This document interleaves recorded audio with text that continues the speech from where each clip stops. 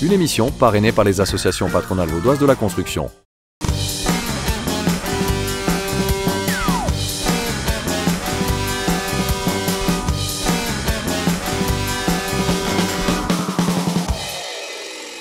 Salut, bonjour, bienvenue sur la télé pour une série de 10 magazines consacrés au domaine de la construction et plus précisément la rénovation. Vous le constaterez par vous-même qu'il est très important, mais vraiment très important de faire appel à des spécialistes pour éviter des mauvaises surprises au final. On ne s'improvise pas maître de chantier sans un minimum d'expérience. Nous ne vous le répéterons jamais assez, faites appel à des spécialistes et nous, avec les experts maison, nous avons notre spécialiste, Louis. Salut Louis. Salut, tu vas bien? Bien et toi? Ouais, nickel. Bienvenue dans les experts maison. Merci. Tu es chef de chantier, quel est ton parcours professionnel? Alors voilà, quand j'ai fini mon école obligatoire, je me suis attaqué à une formation de maçon. Ensuite de ça, mes patrons ils ont vu que ça allait très bien, donc ils ont décidé de me lancer dans une formation de chef d'équipe. Comme tout s'est bien déroulé et que mes patrons ont trouvé que j'avais de l'ambition et des capacités, j'ai attaqué avec une école de contremaître pour le brevet fédéral, tout le temps à Morges, qui était l'école pour tous les cantons romans. Et ensuite de ça, aujourd'hui, je m'occupe de plusieurs chantiers dans mon entreprise. Félicitations. Merci. Pourquoi c'est important de faire appel à des spécialistes quand on entreprend des travaux chez soi? Bon, il faut toujours quelqu'un pour coordonner un petit peu les métiers déjà. Et ensuite de ça, les spécialistes, c'est toujours, il faut que ce soit bien fait dans les règles de l'art. Donc à partir de là, il faut toujours des spécialistes. Il faut pas appeler le voisin ou peu importe. Il faut appeler des entreprises spécialistes. Il y en a bien assez autour de nous, donc voilà. Louis, on va en parler tout au long de ces émissions. Je te propose d'aller visiter justement les travaux qu'il y a à faire ici à Épalinges. On y va? Ça marche.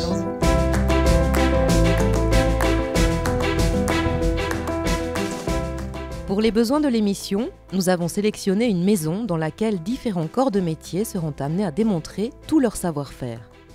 Dans le cadre de ce projet, les travaux de rénovation porteront ainsi sur les extérieurs, le premier et le deuxième étage.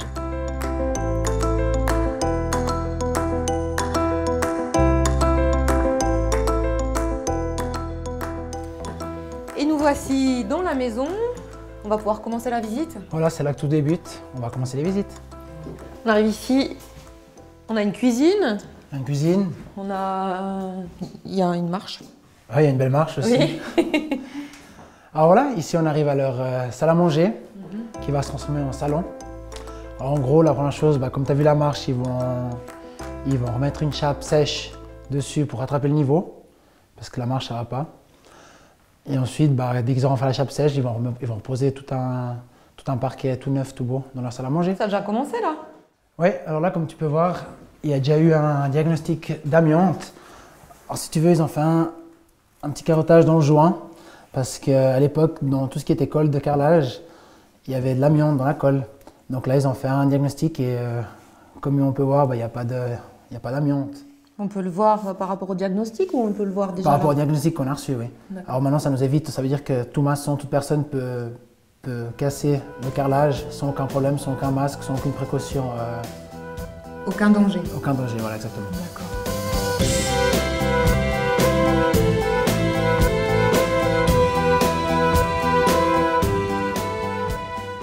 Ici, encore des travaux à faire? Oui, alors comme tu vois là, il y a une porte qui va donner au salon actuel. Alors eux, leur idée, comme tu peux voir sur ta gauche, il y a la cuisine. Donc ils veulent faire une cuisine américaine. Donc ce mur qui est ici, ils vont le démolir. Ça veut dire qu'il y aura les travaux nécessaires. Ça va commencer par l'électricien, déposer tout ce qui est électricité. Pas que le maçon il se fasse électrocuter quand il démolit son mur. Ils vont tout suspendre la dalle qui est en dessus de toi pour pas qu'il y ait tout qui tombe. Ensuite de ça, ils vont casser le mur pour poser un digne métallique qui ira plus ou moins de ici jusqu'à l'appui de l'autre mur. Comme ça, après, il aura une belle cuisine ouverte. Et donc ça sert à soutenir le tout? Oui, il va tout soutenir avec un digne métallique sur le haut. Complètement. Pour soutenir la partie du haut. Donc ça va faire une grande pièce ouverte. Ça va faire une grande pièce ouverte, une belle cuisine américaine. Et justement, la cuisine, on y fait aussi des travaux? Non, la cuisine, il va juste refaire le sol, un petit peu de carrelage, mais il n'y a pas grand-chose. D'accord. Et donc là, maintenant, si on se dirige ici, c'est le salon actuel. Voilà, exactement. Qui sera bientôt ouvert pour avoir sa belle cuisine américaine. Parfait. Comme tu vois, là, il y a le mur qui va être démoli jusqu'à l'embrasure. Après, il y aura les finitions. En gros, ils vont reposer le parquet, les plinthes, la peinture, pour finir en beauté cet étage. Ça sera tout refait.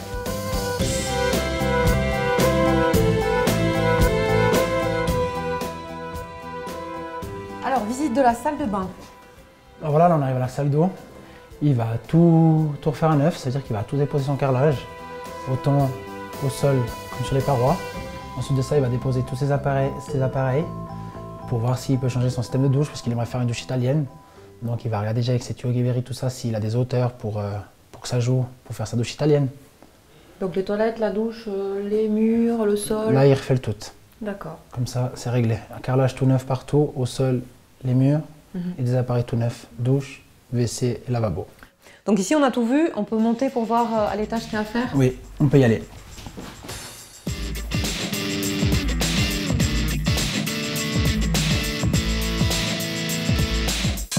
Nous sommes dans le salon. Quels sont les travaux à faire ici? Là, il n'y a pas grand-chose. En fait, il va refaire tout le faux plafond. Ensuite de ça, il va changer tous ses lambris. Donc, il va remettre des lambris neufs. Et après, dès qu'il aura fait ça, il finira par peindre sa charpente, qui est ses sablières, ses pannes qui sont ici présentes. Les sablières? Oui, c'est toutes les appuis de charpente qu'il les a laissés visibles pour donner un charme à la maison. Ensuite de ça, il donnera un petit coup de peinture juste pour qu'elles aient l'air neuves. Et voilà, il aura fait le gros des travaux.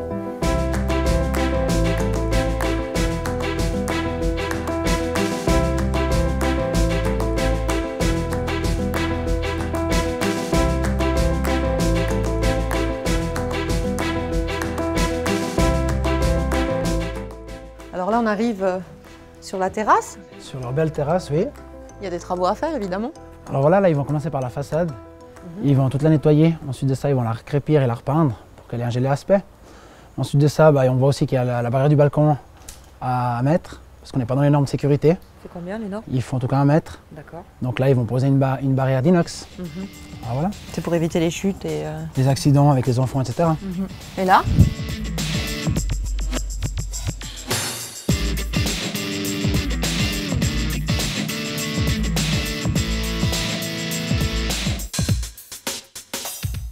Là, ils vont s'attaquer aussi un petit peu à la charpente et à la couverture.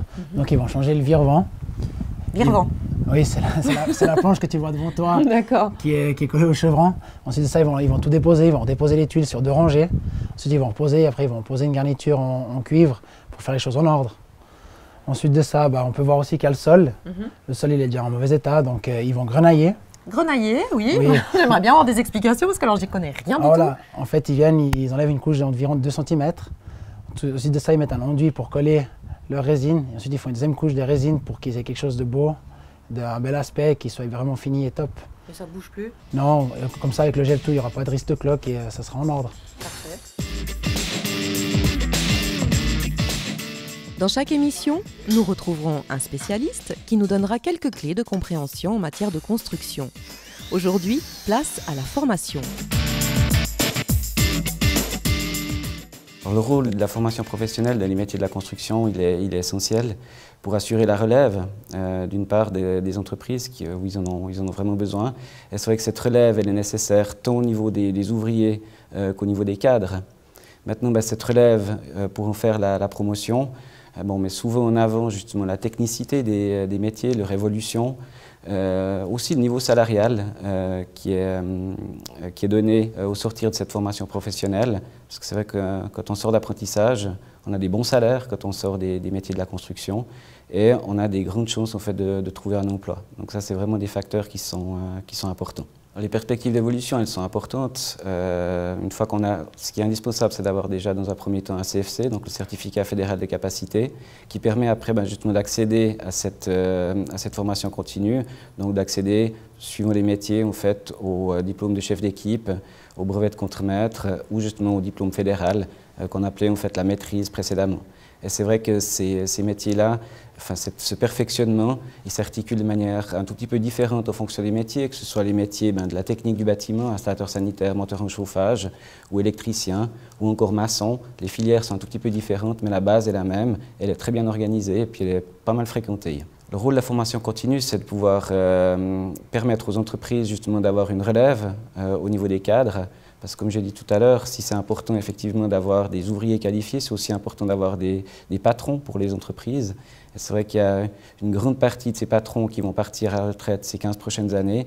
Donc il s'agit pour les associations patronales, mais aussi justement pour tout organisme en fait, qui s'occupe de la formation professionnelle, d'être sensible à cet aspect-là et de pouvoir justement former cette relève patronale ou ces futurs techniciens qui œuvreront justement dans les entreprises pour garder un niveau de qualité au niveau de la construction qui soit correct.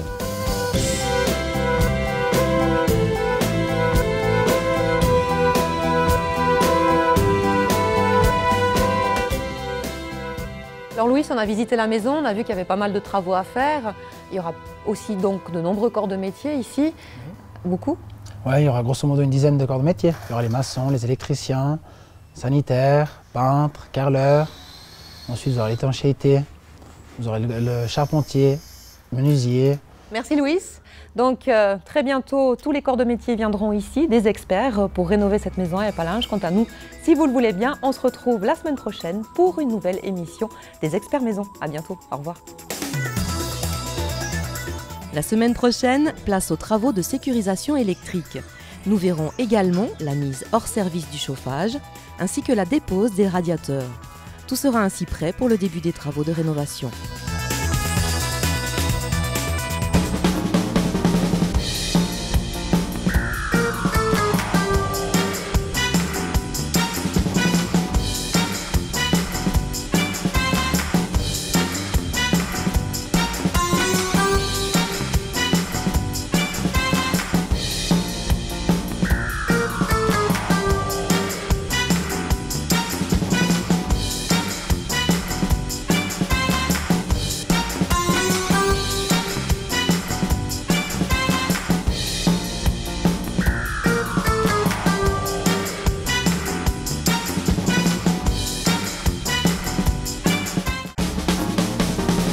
Une émission parrainée par les associations patronales vaudoises de la construction.